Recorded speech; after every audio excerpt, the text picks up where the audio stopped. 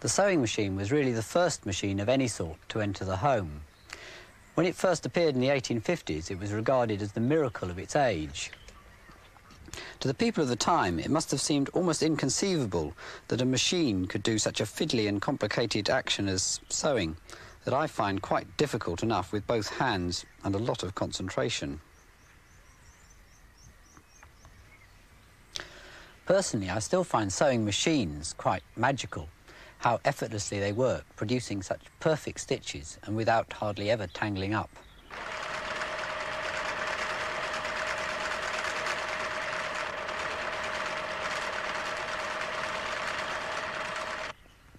To make a machine that directly imitated hand sewing would be very difficult. The real secret of machine sewing has been to find a completely different sort of stitch that's more suitable. The first clues came from a sort of embroidery decoration popular in the 18th century. This used the hook needle and formed a so-called chain stitch. The needle never needs to go right through the fabric, so it can be firmly fixed to part of a machine at the top. The first attempts at mechanical sewing imitated this embroidery stitch.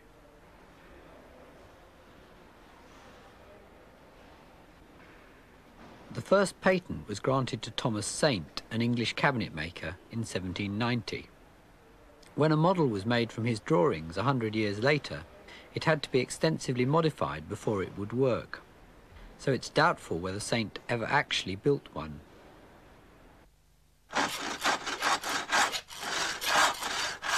The first person to build a sewing machine and put it to any practical use was a French tailor called Thimonier.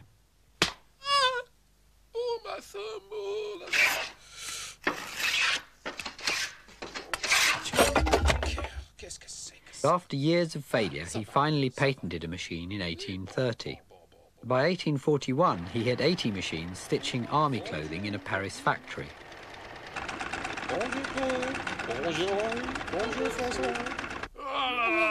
An angry crowd of tailors, fearing that the invention would rob them of their livelihood, then broke into the factory and destroyed the machines. Thimonier was ruined and eventually died penniless.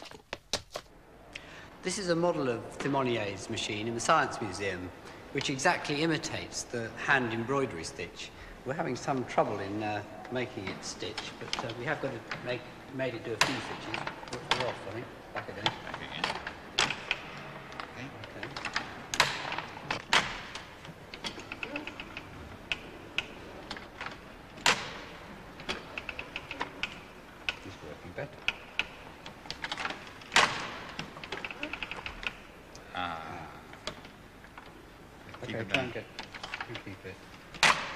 That's better. We haven't managed to make it stitch very neatly, but even if the machine was properly set up, chain stitch still has the disadvantage that it's very easily pulled apart. Unknown to Thimonier, other inventors were experimenting with a different sort of stitch, lock stitch, using two separate reels of cotton. The machines were more complicated, but the stitches they produced were neater, and they didn't pull apart so easily. The secret of these machines was really the brilliant shape of the needle itself. We've made a giant one here, and you can see the eye is in the pointed end of the needle, and it has a groove all the way up one side that the thread can slip through. Well, with a real needle, if I push it through a bit of cotton and pull it out again, it automatically leaves a loop underneath. And all the machine needs to form a stitch is to pass the second reel of cotton through the loop. The first lock stitch machine was built in America by an inventor called Walter Hunt in about 1833. It didn't work very well, so he lost interest and didn't even bother to patent it. Elias Howe patented an improved machine in 1845, and despite an initial lack of interest, this then acted as a catalyst to other American inventors, and within 10 years, all the major elements of a modern sewing machine had been introduced. I'm going to try and demonstrate these with this human sewing machine, stitching together two sheets of expanded polystyrene. The needle goes through the material, The bottom bobbin is pushed through the loop, the needle comes out and the stitch is pulled tight, and the material is pulled forward.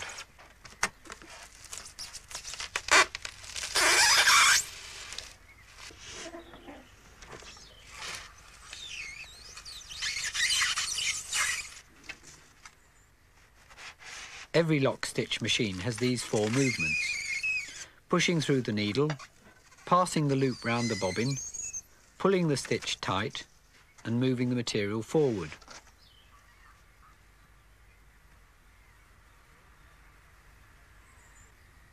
The movements are all connected to the motor by a series of ingenious mechanical linkages.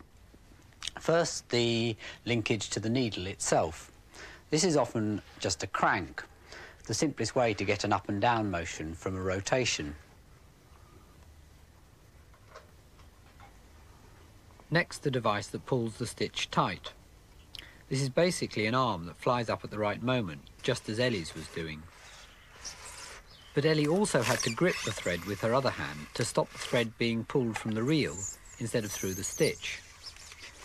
So on a sewing machine, there's a sort of friction pulley between the cotton reel and the arm. It's getting the thread to pass cleanly through these two things before the needle that always makes threading up a machine so elaborate. The action of the arm itself is surprisingly simple. Just two levers fixed to the needle mechanism. It's wonderful what a vast range of movements can be derived from simple cranks and levers.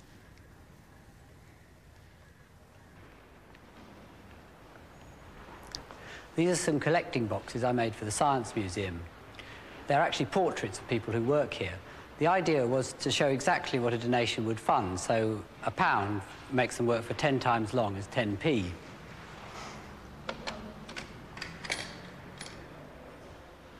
This is the curator. He takes the pipe out of his mouth and then scratches his head. If you look inside, you can see the arm is a simple crank connected to a geared motor.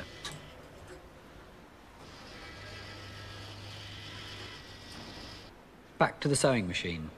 The next action is passing the thread loop round the bobbin. This is what Ian was doing in the human sewing machine.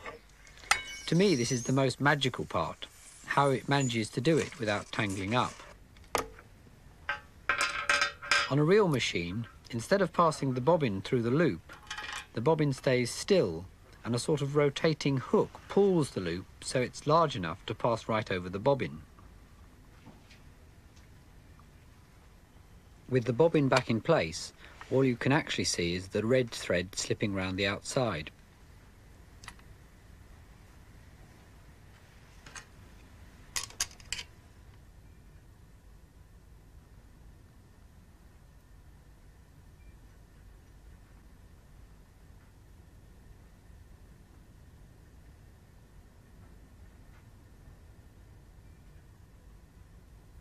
The last movement, pulling the cloth forward for the next stitch, is technically called a four-motion feed because the toothed metal bit moves forward, down, backwards and up again. It does this with these two off-centre rings on the drive shaft. The one on the right pulls the claw backwards and forwards, the other one makes it go up and down. So both combined give the four motions. This completes the basic mechanism, all four movements connected to a single drive shaft. This is actually a toy made in Germany about 1893. It's called the Nuremberg Lady or Nuremberg Princess. It's patented. The cotton goes in here, that's the bobbin. Comes through a tensioning system. Comes across to here. The needle would have been held in her hand. You see her head nods. Although it is a toy, it has all the mechanical characteristics of an ordinary sewing machine.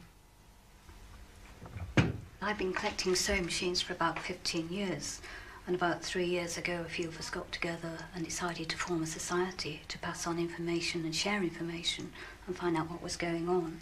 And it is now an international sewing machine collector society, which we shorten to ISMAX. And we have members all through the world, America, Australia, Hong Kong, all throughout Europe. And I just brought along one or two of my machines to show the very different types that are available. That comes from France, Germany, those are America, this is Glasgow, and that one's from Coventry, an English-made machine. And every one is slightly different, the way it developed. Well, a very unusual machine is this little one here. Unlike the rest of the machines, this isn't painted or brightly coloured. It's nickel-plated, looking a bit like a giant stapler. Very nice noise, a bit like a puffer train. Now, there's absolutely no reason whatsoever why this machine should have hands. No reason apart from being pretty. Why somebody should do it, I don't know. It was made in Coventry by a man called Starley, and his trademark was Lady Godiva on a horse. The lion, the beast. It was made by a Glasgow company called Kimball and Walton about 1863-ish. As a sewing machine, it's quite ordinary. It's just a shuttle mechanism. It's just unusual because of its shape. Now, this is a French machine. It's called La Populaire, and it's certainly a very popular machine among collectors. Although it's called it works on an average system, we always call it the pusher.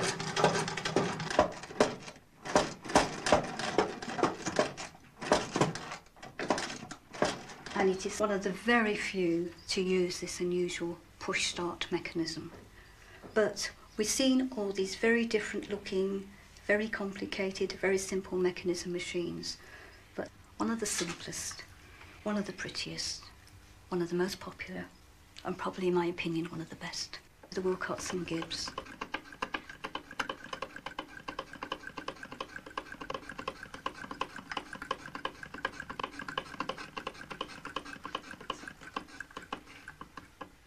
The early machines were all beautifully decorated.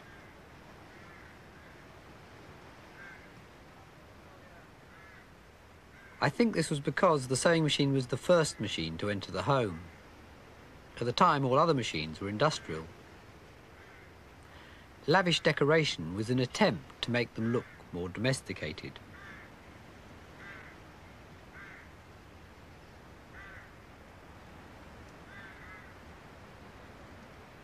At first, the different manufacturers' machines had very distinct characteristics.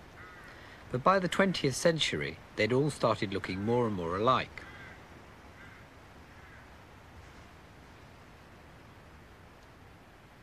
This was partly due to the commercial dominance of one particular manufacturer.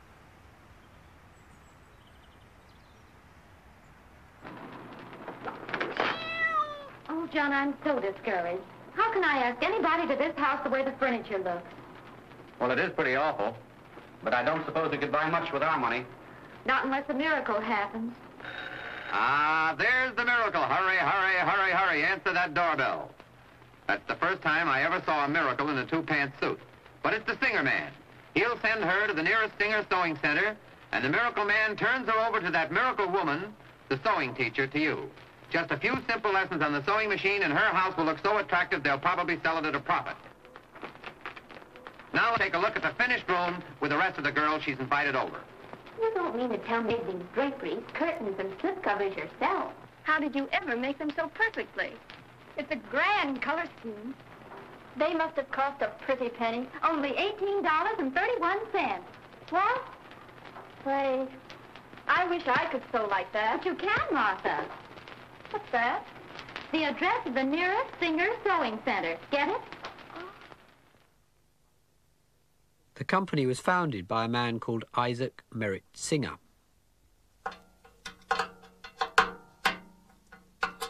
Although Singer was trained as a mechanic, his real love was the theatre.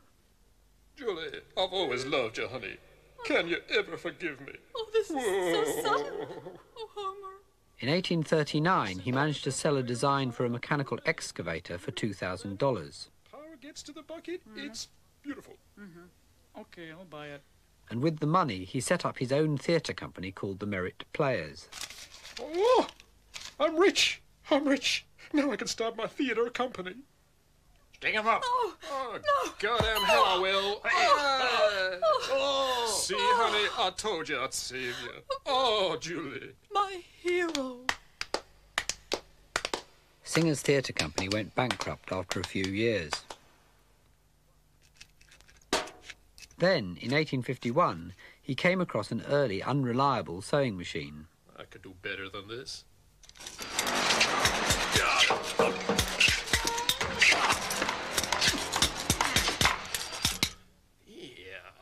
He built his prototype in only 11 days and then went into production.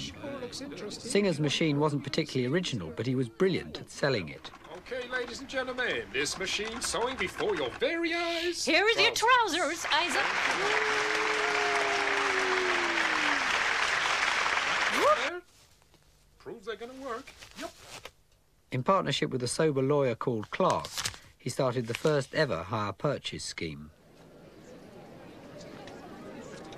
By 1867, Singer was a very rich man with a total of 18 children from a variety of wives and mistresses. But because the machines were being sold to respectable homes, Clark then persuaded Singer to leave the country. It's a one-way ticket. Oh. You gotta leave town. No? Singer eventually settled in Torquay, where he died in 1875, leaving a total of 24 children.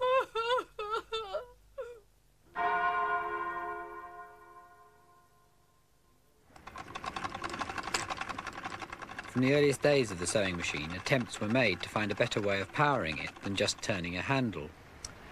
In America, the treadle caught on immediately, because it was a great advantage having both hands free to control the cloth. But in Britain, it was regarded with great suspicion for many years. It was generally thought to be unladylike and rather harmful for the ankles.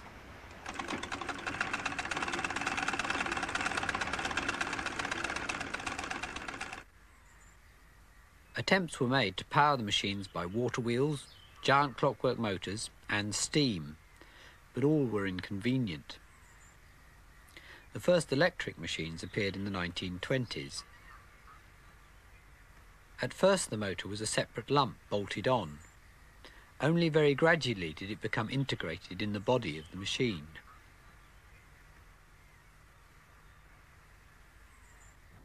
The motor itself is connected by a drive belt. This belt used to be rubber or leather, but on modern machines there's a synthetic toothed belt which has the big advantage that it doesn't slip. They've now replaced belts, gears and chains on many machines, like photocopiers. They're quieter, easier to set up and don't need oiling. A couple of years ago I made this trick suitcase for a conjurer clown. For a stage show. It does several tricks, about 8 of them in all, but the relevant ones today are the fact it can walk off stage entirely of its own accord.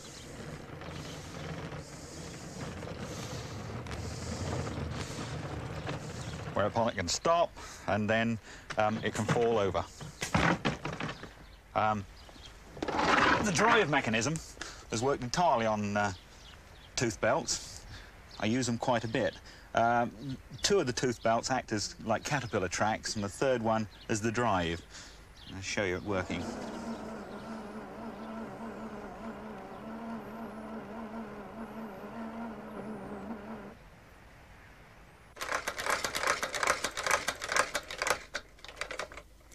There are limitations to the movements you can get out of simple cranks and levers, so a lot of sewing machines also use cams. This machine's actually a cobbler's machine used for sewing leather. The cams can create a much wider range of movements using irregularly shaped slots and discs like this one.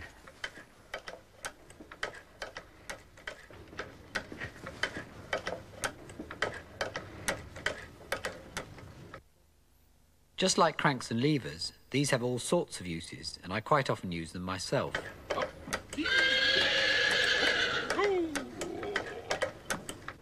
This is the warder in the Science Museum. I made the warder with a simple crank at first, but then he just moved his head evenly from side to side. And it didn't look at all realistic, it looked entirely mechanical. So I swapped it for a cam, and then that gave it its sort of jerky motion, and he actually looked as if he was looking around. And looking down at his watch was the same. Instead of a continuous down and up movement, it needed to be down, pause, and up. so I used another cam. This is a doctor I made who writes out illegible prescriptions. Cams can be used for really complicated movements.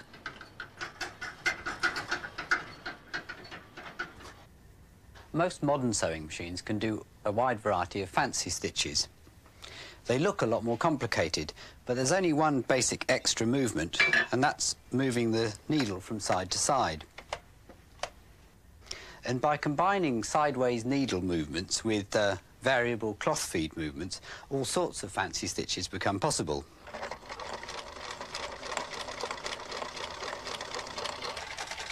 Each stitch has a different cam. If I change to a different stitch, the cam follower moves, and you can see it moving to a different rhythm.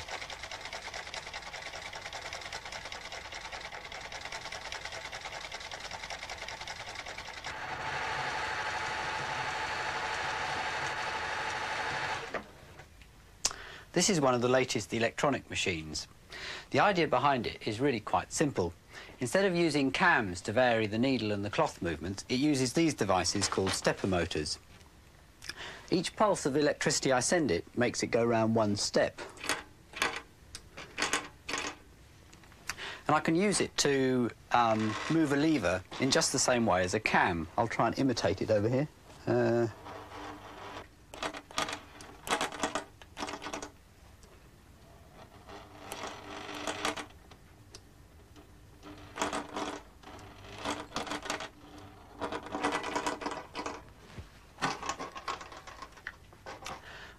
By programming a microprocessor to produce a rapid sequence of pulses to control the stepper motor, the movements of the needle can be very accurately controlled.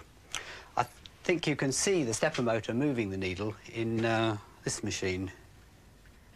The stepper motor is fixed to a cog which moves the needle in small steps.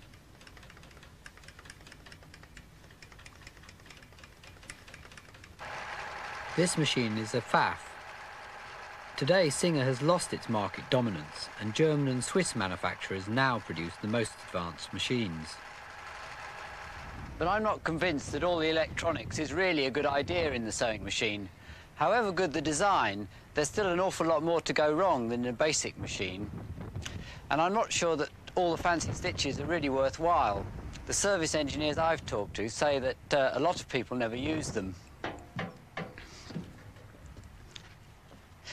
With the old mechanical machines that used to last anything up to 100 years, the lack of obsolescence was quite a problem for the manufacturers. Singer used to have a policy of breaking up any machines taken in part exchange to reduce the supply of second-hand ones. I suspect all the complexity of the fancy stitches has added quite a convenient degree of obsolescence. But anyway, the golden age of the domestic sewing machine is perhaps already past. Make me a gown that is a perfect fit, like the one you made for Lady Di. When it first appeared, there were no clothes shops anywhere. You either made your own, or if rich enough, got a tailor to do it. It will be a couple of weeks, ma'am. Even a generation ago, most families made some of their own clothes.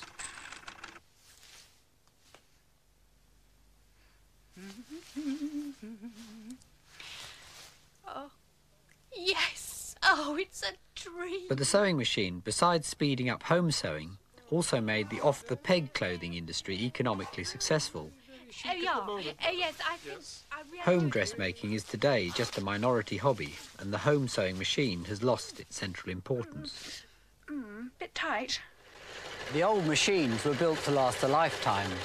Despite my doubts about the latest ones, they have to some extent carried on this tradition, and mechanically they're still surprisingly well made. I think that to make the machines fast, quiet and reliable, they have to be quite heavy and rigid, and they also have to be very precisely made. And it's really these qualities that make them such wonderfully satisfying machines.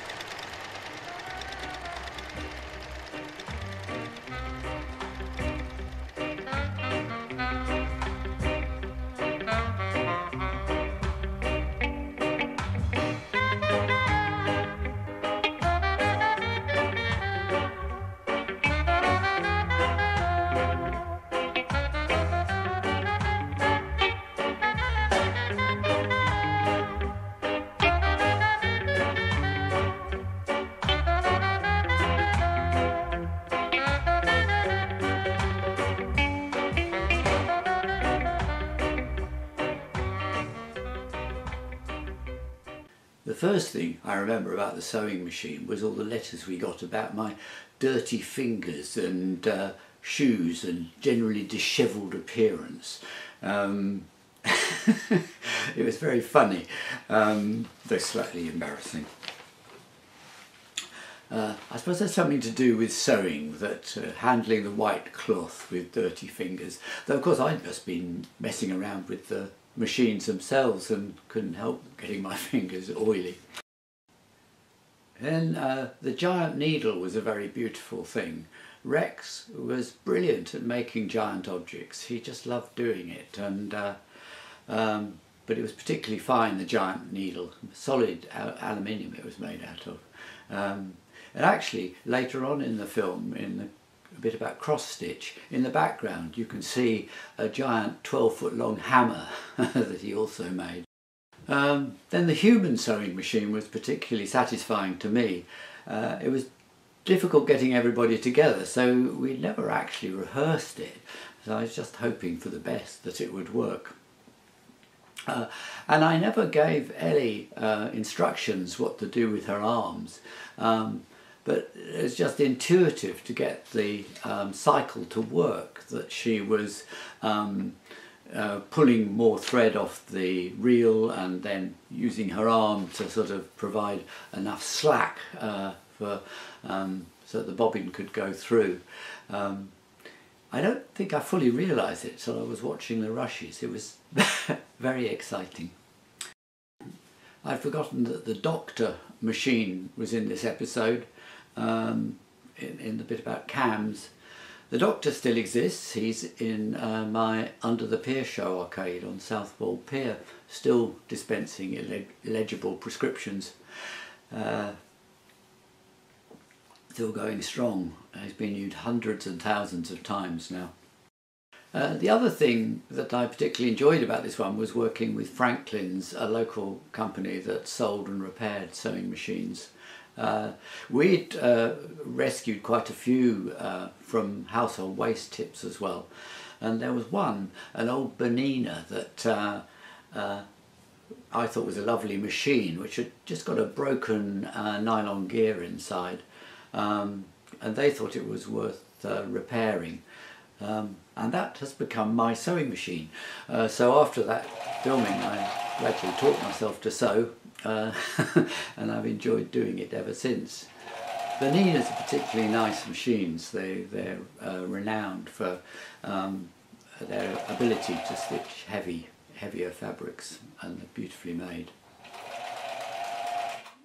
Yeah, the big change with sewing is that ready-to-wear clothes have got cheaper and cheaper, and fewer people are making their own. So fabric shops and haberdashery shops are closing, and sewing has become a very niche sort of minority hobby.